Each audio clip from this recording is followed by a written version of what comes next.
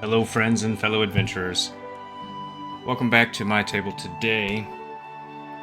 What I'm planning on doing is getting some more information about our hero, our character, Krog. I'm going to do my classic little thing that I like to do and go through the mythic charts and roll on the individual tables to figure out a little bit of information about Krog, like I just said. We need appearance, background, conversation, motivation, personality, and flaws. So those are going to be the tables we're going to roll on to figure out more about our monk, Krog. One thing I do want to touch on, since my character creation video, I was just looking at my Hero Lab character sheet, and I realized that my weapon, only had a +3 to hit, and then a little bit of realization later, I really need a finesse weapon since I am a dexterity-based character. So what I did was I went through the other out of the options that I did roll through originally, and I just went ahead and went with the nunchucks. They were finesse, they fit basically everything else, and I think it fits the character really well. It is a monk weapon, so it goes with our ability that we took. So with that out of the way, let's get into rolling on the table. First up, let's do appearance.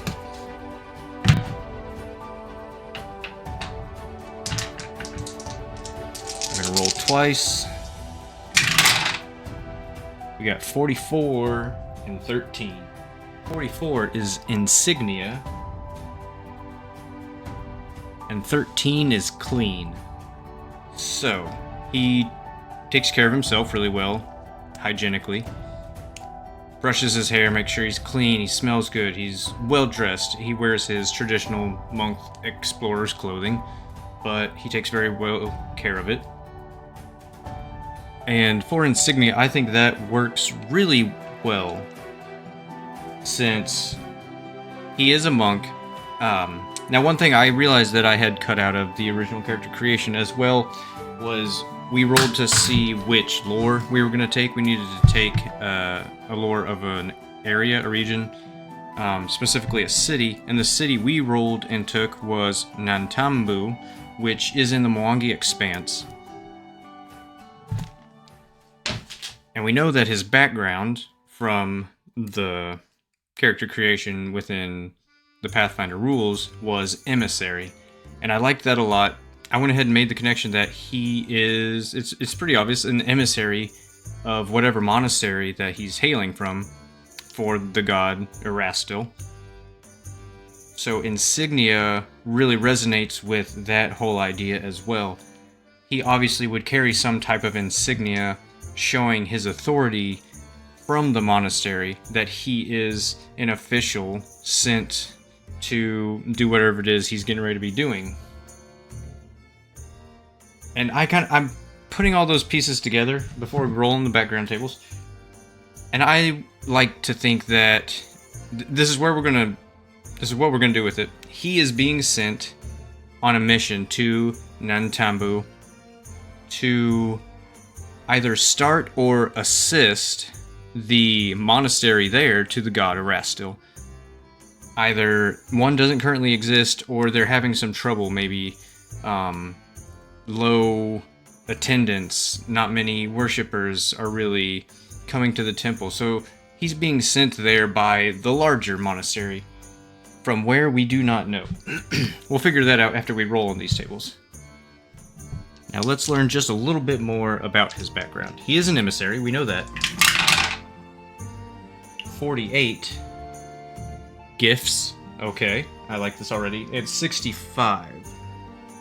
Gifts and loss. Okay, gifts and loss. I'm thinking he did lose his family in his past, and he was gifted to the monastery. Maybe he was found near the monastery, and perhaps by one of the acolytes of the temple. Maybe they were traveling back from one of their missions, and they either heard something, rushed to see what the noise was, discovered that many goblins had been killed, many monkey goblins. But one small, maybe he was a child at the time, so young he couldn't speak, and they rescued him and took him to the monastery, and that is how he got his place at the monastery. I like that. Now, conversation. I roll on the conversation table to kind of get an idea of how he might talk, how he might present himself. So we know that he's an emissary. He has a pretty decent charisma. So to be an emissary of a monastery, or a temple, or wherever he hails from exactly, you kind of got to have a way with words a little bit. You got to talk to people, whether you're clever with your words or not. So on the conversations table, we got 99 warm. Okay, I like that already. And 35 warm and fearful. Okay. He's very warm when he talks. You can kind of feel the connection that he gives to each conversation that he has. And fearful, I don't think he causes fear. I think that even when people talk to them, they kind of hear the niceness, the softness in his voice. He's just really that tender and that caring. Some people might take that as fearful when he's just being very cautious. And next we have motivations. So we know more or less what he is doing, but maybe this can shed a little bit of light on why he's doing it, or maybe like what led him here to be doing it during his time at the monastery. So for motivations, we have 69. Official. It's already gluing together pretty well. We have official and we have 67. Object. So something to do with an object.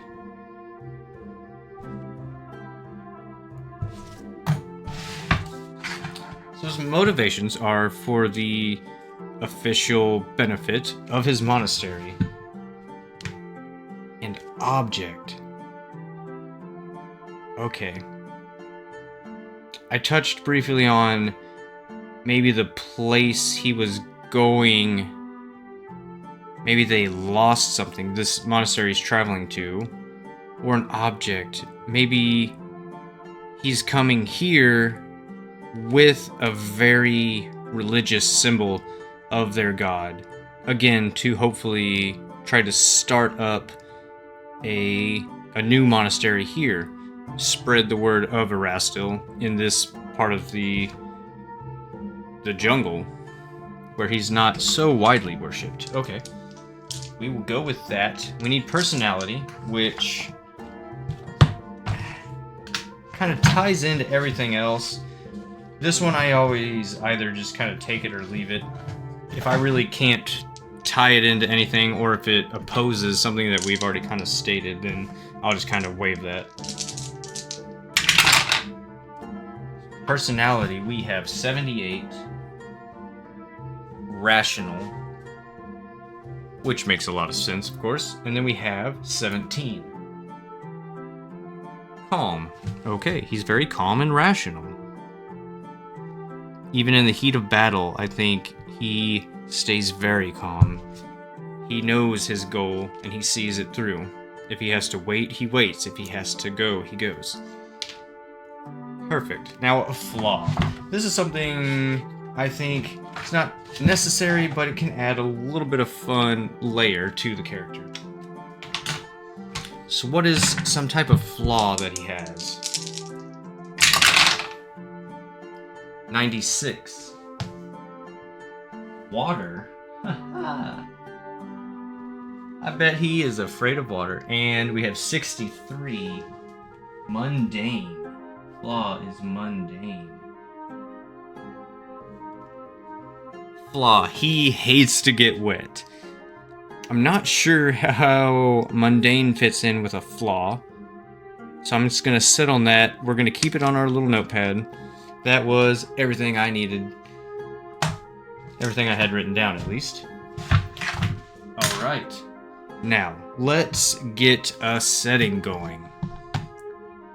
Okay, I'm just going to go over this real quick. I don't have my mythic tables ready to be brought up. I'll start out with that in our actual first session. This will probably just be a session 0, more or less. Alright, I'm bringing up the map that I have used in previous character creation videos. It's just it's a map of the Inner Sea region, the more popular region of the world of Galarian, and I have them numbered 1 to 10. So let's ask the Oracle, which is just the dice. Let's ask the dice. Where is Krog's home monastery? Where is he traveling from? It might not be important, but perhaps it will be. 10. Okay, he is traveling from the Impossible Lands. Okay.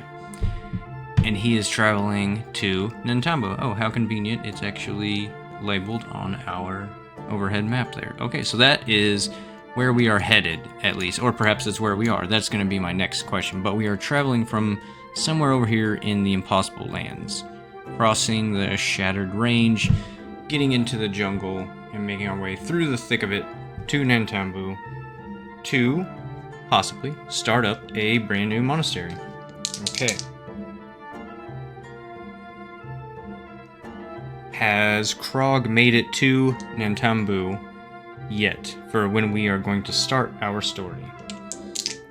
I'm going to say 50-50. Fuck it. Chaos Factor 5, 50-50 chance. Has Krog made it to Nantambu yet? 08 is an extreme yes. He has made it to Nantambu, and that is where we are going to pick up. He is already in the city. An extreme yes. I'm thinking he's been here for a few days. Has he had a chance to talk to any of the officials from the city? I'm going to say that that is very unlikely. Because that might be perhaps where we begin. So, has he had a chance to talk to any officials yet about why he is here? 17. On a very unlikely is a yes. He has indeed talked to some officials.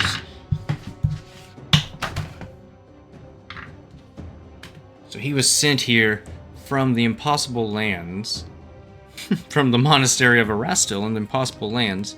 That is pretty interesting on its own, if you know anything about just the politics and geography of the Impossible Lands.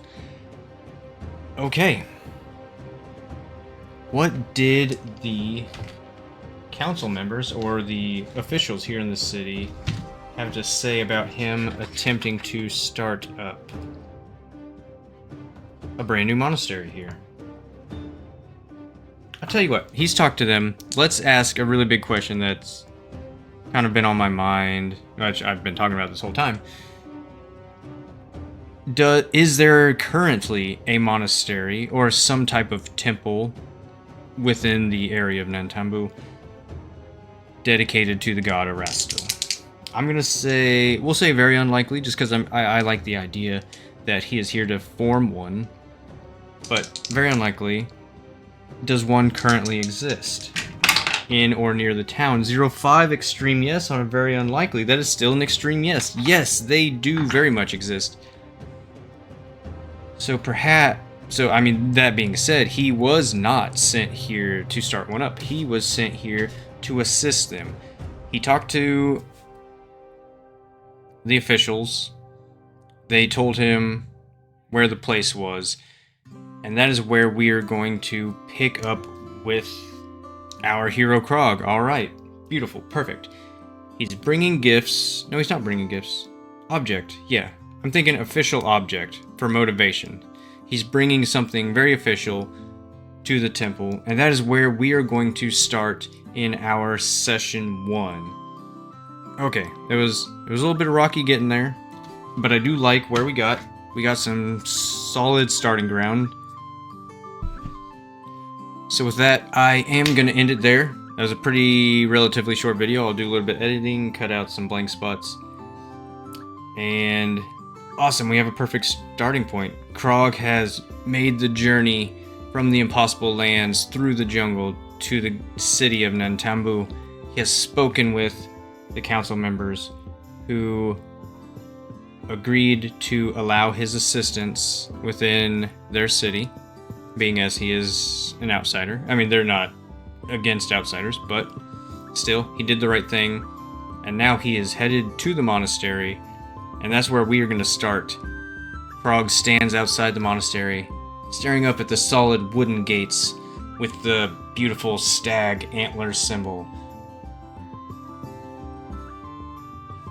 He looks up, takes a big deep breath, lowers his hood, and pushes open the doors. Perfect. Awesome. Well, thank you all so much. I'm ready to dive in and see what our monk Krog can do. See where his adventure takes him. Thank you all for sticking around if you did. And as always, have a good day. I will catch you next time. Goodbye, friends.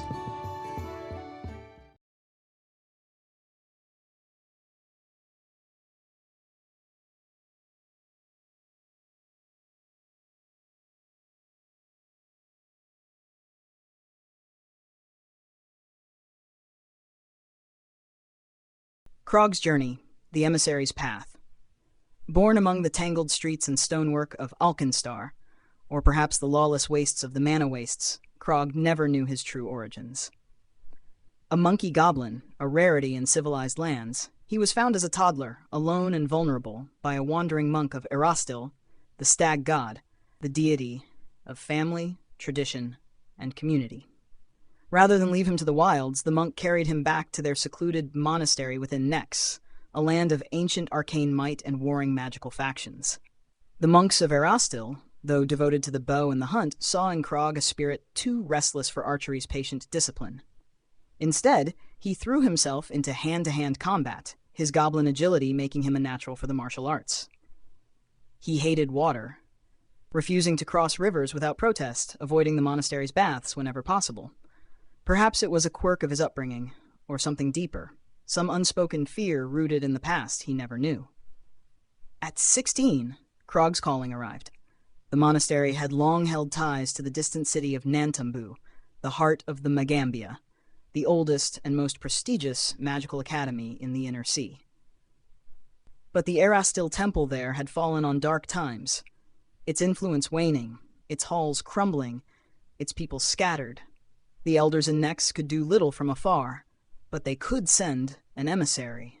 Krog was given an object of great importance, a relic, a symbol, or a message from Erastil's faithful, and tasked with carrying it to the struggling monastery in Nantambu.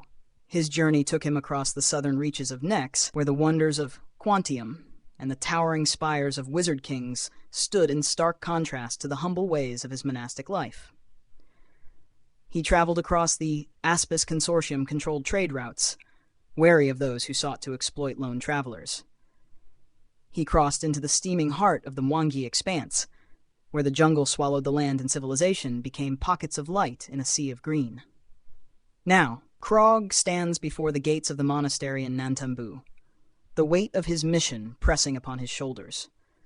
The air is thick with the scent of rain and earth, the distant hum of jungle insects filling the silence. Beyond the gates, the fate of the monastery and perhaps his own destiny awaits. But what he will find within, that only the dice will decide.